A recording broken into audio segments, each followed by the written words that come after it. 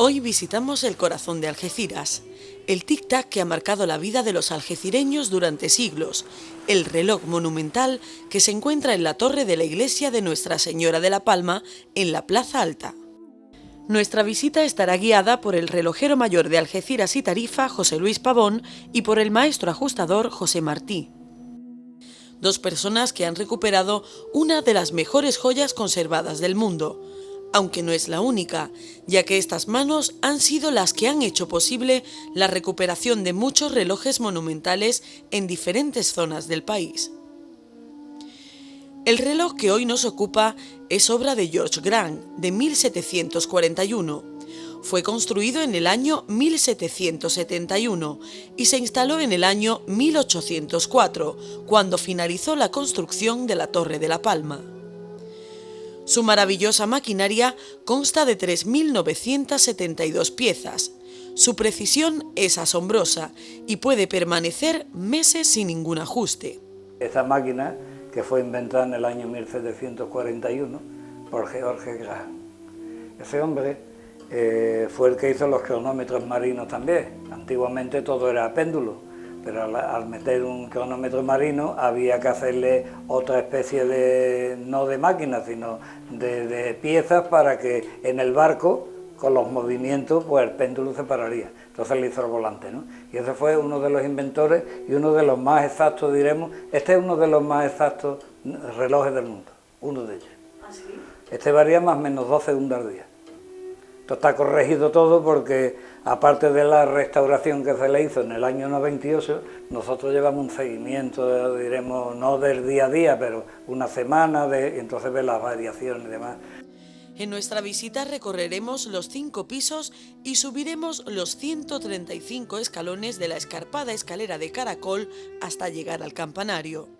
Comenzamos con la primera planta, donde nos encontramos una especie de taller donde se acumulan algunos relojes ya restaurados y listos para volver a sus destinos de origen. Hemos terminado esta gran obra de arte, desde luego. Esto estaba, fotografías tenemos delante y el después si quieres, el antes si quieres te lo enseño luego, pero el después ya lo tenemos aquí, ¿no? Esto estaba metido en un hueco arriba del todo del Ayuntamiento de Moguer. Entonces lo bajamos para restaurarlo y quisimos ponerlo abajo a través de unas transmisiones para que la gente lo pueda ver también. Como es patrimonio del pueblo, pues el pueblo que lo vea, ¿no? Entonces no había acceso donde estaba y lo queremos nosotros bajar cuando lo llevemos. Y hemos tenido la idea, diremos, de hacerle el escudo de Moguer para que sea más representativo y quede más bonito, ¿no? Pero en fin, es una obra de arte, como ves. Y ahí tenemos otro que estamos terminando. Este está terminado, solamente hay que llevarlo a la iglesia de San Francisco de Tarifa. Subimos al segundo piso y nos encontramos con un taller donde se reparan y restauran las piezas, y también con una interesante exposición de maquetas y escritos de Leonardo da Vinci, del que Pavón es estudioso y ferviente admirador. Mira, aquí estamos ya en el segundo piso, para que vea, aparte del tema de relojería, pues a mí me ha encantado toda la vida lo de Leonardo da Vinci. Fue uno de los primeros que empezó a hacer toda la especie de engranaje y sistemas, diremos que en aquella época era una innovación, ¿no? Aparte de lo que había hecho ya antes, es lo que lo utilizaba mucho para restarle el trabajo, diremos, a los trabajadores, y valga la redundancia. Por ejemplo, si nos acercamos aquí al martillo con el yunque, se verá que el yunque y el martillo, eso estaba inventado. Lo que no estaba inventado era el sistema este, para que no pudiera, que no, el que tenía, el maestro herrero, diremos, el que tenía que coger el mazo del martillo para hacer, diremos, las armas de defensa de aquella época, pues lo que hizo fue esto, y le ahorraba mucho trabajo y así había más producción. Esto, por ejemplo, aquí, ¿no? Otro de los inventos suyos, pues fue la excavadora, porque este hombre tenía que mover muchas máquinas, diremos, eso todo metido en la cabeza, ¿no? Tenía que mover muchísimas máquinas en aquella época. Entonces él lo que pensó es, por los mismos ríos, excavarlos, diremos, y llegar en barco con todo el armamento, lo que fuera. Ahora te enseñaré también máquinas de guerra. Pero esto es una excavadora que fíjate que no inventó ni el peine ni el peso. Eso no lo inventó, ¿lo ves?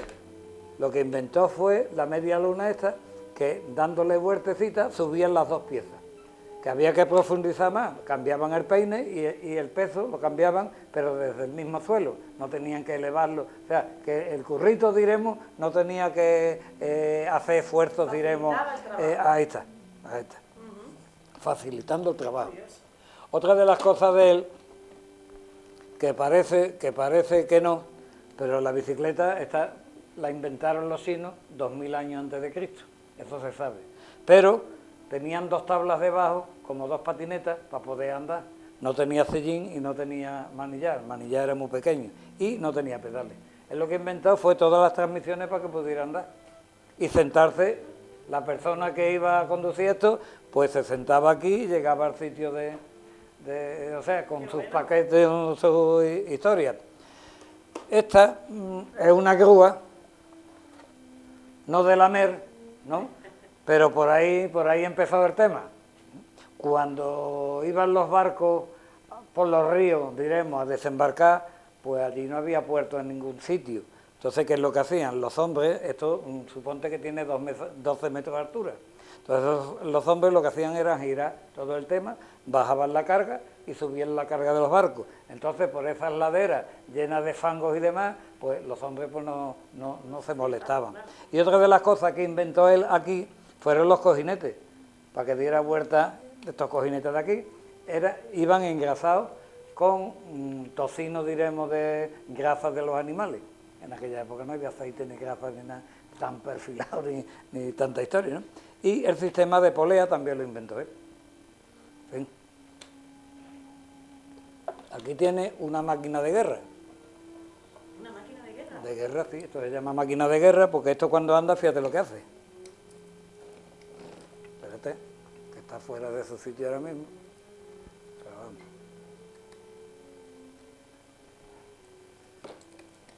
¿Ves? Cuando anda, se abren las bolas y ahí no había Dios que se acercara. ¿Me comprendes lo que te digo? Entonces lo que abría era el camino, llegaba donde fuera y su infantería podía ir. Y abajo después te enseñaré un puente para cuando iba avanzando las tropas de ellos y pasar los ríos, ponían un puente giratorio que pasaban ellos y si venía el enemigo lo quitaban, se quitaba allí el puente pero no podía pasar nadie. Y eso estaba abajo. Ese era un fuera de serie. Como ingeniero e inventor, Leonardo desarrolló ideas muy adelantadas a su tiempo, tales como el helicóptero, el carro de combate, el submarino y el automóvil. Pocos fueron los proyectos que llegaron a construirse, entre ellos la máquina para medir el límite elástico de un cable, puesto que la mayoría no eran realizables aún en esa época. Ya ves, de esto no hizo casi nada. Para los ríos en aquella época pues se inventó la draga. Y eso la inventó él. Claro, los cajilones ahora mismo cogen el lodo, diremos, del fondo del río y aquí mismo pues lo echaban en el mismo lado, porque no lo mismo que la noria del parque que tenemos ahí detrás, la noria del parque tú sabes que coge el agua y la echa por un lado, ¿no? Pues esto no estaba eso, y ya ves, la noria esa tendrá más de 2000 años. Como científico, Leonardo da Vinci hizo progresar mucho el conocimiento en las áreas de anatomía, la ingeniería civil, la óptica y la hidrodinámica. Y esta diremos que hoy en día es el ala delta, que se monta aquí la persona, diremos, y se tira y la va llevando. Y lo que inventó él fue todo esto, lo que es que todo estos artilugios, pues esto no sirvió porque lo inventó por una persona, pero para moverlo con los pies, con las manos y con todo, y eso no había fuerza humana para poder levantar todo eso. Por eso él estudió tanto el vuelo de las aves, y vio cómo los huesos, diremos, de esos animales son huecos para que no pesen, y en fin, por eso pueden volar, ¿no? Y a la altura que se subían, que le cuesta mucho menos trabajo de volar porque el aire es caliente. Dejamos atrás la interesante exposición y subimos los 27 escalones que nos separan hasta llegar al habitáculo del reloj, también reformado no hace mucho. En su restauración se ha revestido con duelas de pino, formando en su entrada el camarote de un yate, con sala de máquinas en el piso superior, siendo iluminado con elementos acordes al receptáculo que se describe, terminando con un lacado de barniz marino. Mira, esto nos lo regaló el varadero de Rodeo. Me mandó a su maestro Calafate y a un aprendiz diremos para que me hicieran todo esto de aquí, para dejar el reloj lo más bonito posible. Aparte de quitarle las humedades y quitarle, por ejemplo, las temperaturas entre verano e invierno, que oscila, diremos, 30 y tantos grados a 12 o 14, pues como el reloj también sufre por las dilataciones y las contracciones, pues los aceites los preparamos también para el tema, ¿no? ¿Y es un camarote marinero? Este es un camarote marinero, fíjate las luces de posición del barco y la hélice. Vamos, la hélice es porque nos la regaló Remigio. Remigio el viejo, ya el pobre ya no... Que Dios lo tenga en su santa gloria. Muy buena gente. Subimos ahora hasta el cuarto piso, donde nos encontramos con el corazón del reloj, inventado poco antes de 1741. Es indicado para relojes de péndulo. Actualmente está constituido por una rueda de clavijas semicilíndricas dispuestas sobre las dos caras de la rueda, pero de forma alternada, y por una áncora con los brazos a caballo de la rueda que terminan con paletas en el ángulo, a través de las cuales se deslizan las clavijas.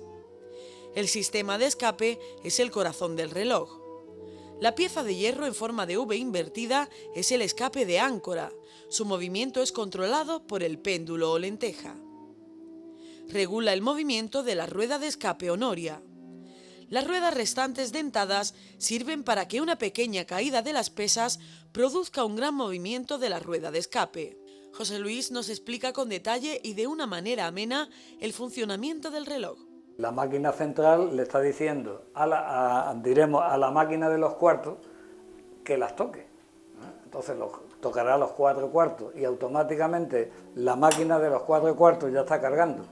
La máquina de los 4 cuartos automáticamente pasa por aquí, por una serie de caracoles que tiene aquí dentro, en las transmisiones, y una especie de rastrillos que tiene aquí, que son los que van pasando, y ahora lo veremos. Aparte de eso, en aquella época, este hombre pensó, porque ya ves tú, aquí se tiene la fecha de 1804, que me parece a mí que es mucho antes, pero vamos a dejarlo ahí. En aquella época nadie tenía reloj, entonces dependían del reloj del pueblo. ¿Y qué es lo que hizo este hombre también? Pues, si, por ejemplo, cuando tocaba las horas exactas, si no le daba tiempo a contarlas, pues sabía que a los 70 segundos repetía la hora y se quedaban pendientes para contarlas también. Eso en aquella época, ¿no?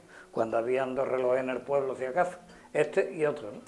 Pues, por eso te digo, en aquella época este hombre fue bastante lúcido.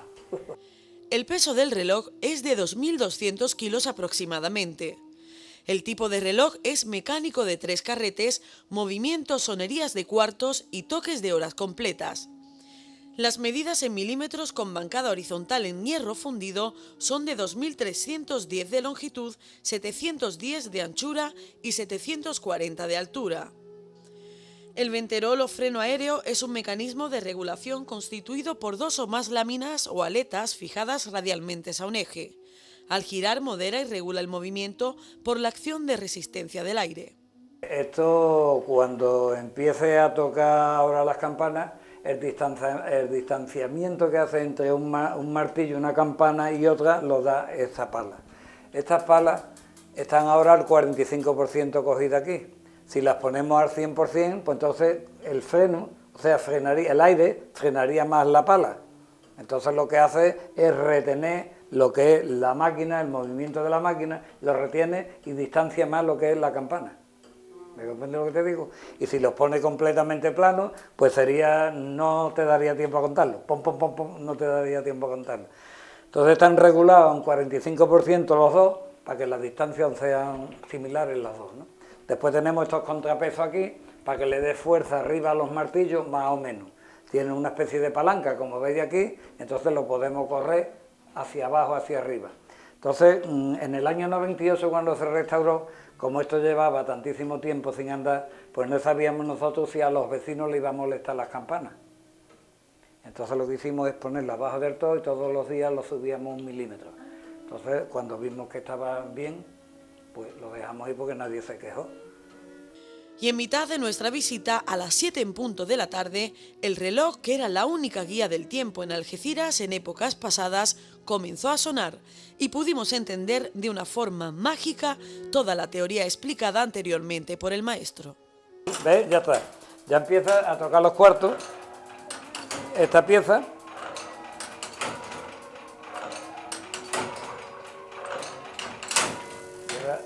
Estamos aquí con los cuartos. ¿Ves los ventiladores?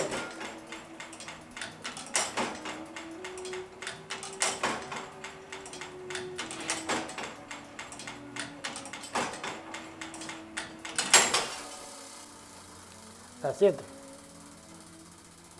Esto, como dijo Pepe, cuando la gente, como esto se escuchaba antes del Rinconcillo y Getares, pero no obstante, las personas que estaban distraídas pues no sabían si había tocado 6 o 8. Y entonces se paraba un instante y a los pocos segundos vuelve a tocar las 7, porque no había otro reloj nada más que el del campanario, porque el reloj de pulsera no existía y era este el que mandaba sobre todo.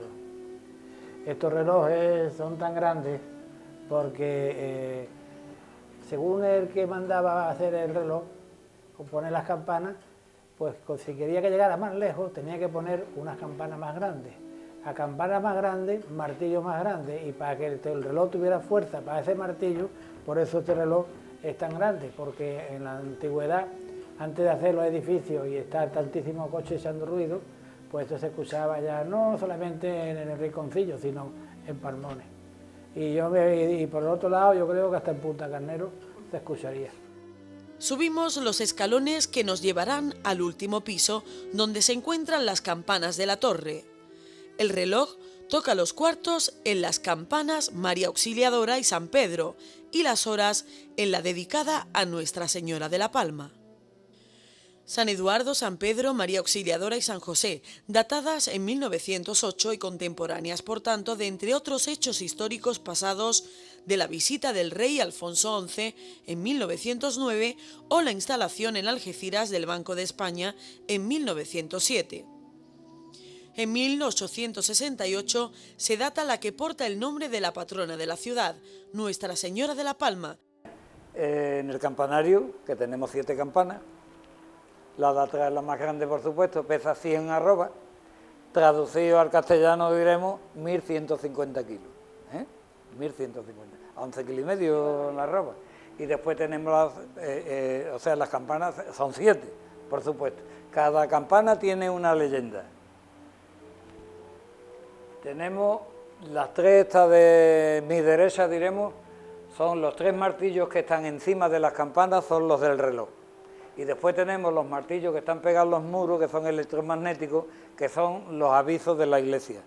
O sea, eso ya tienen un ordenador allí y según la misa o día de fiesta o lo que sea, pues tocan desde abajo, diremos, a los feligreses, ¿no? Y la cúpula de arriba, como veréis, es preciosa. Eso está terminado con ladrillo, como lo veis, y arriba del todo es donde está la cruceta que aguanta la cruz. Y hasta aquí nuestra visita a las entrañas de la torre del reloj Nuestra Señora de la Palma, un reloj que ha marcado el tiempo de los algecireños desde siglos y que gracias a maestros como José Luis Pavón y José Martí seguirá haciéndolo muchos años.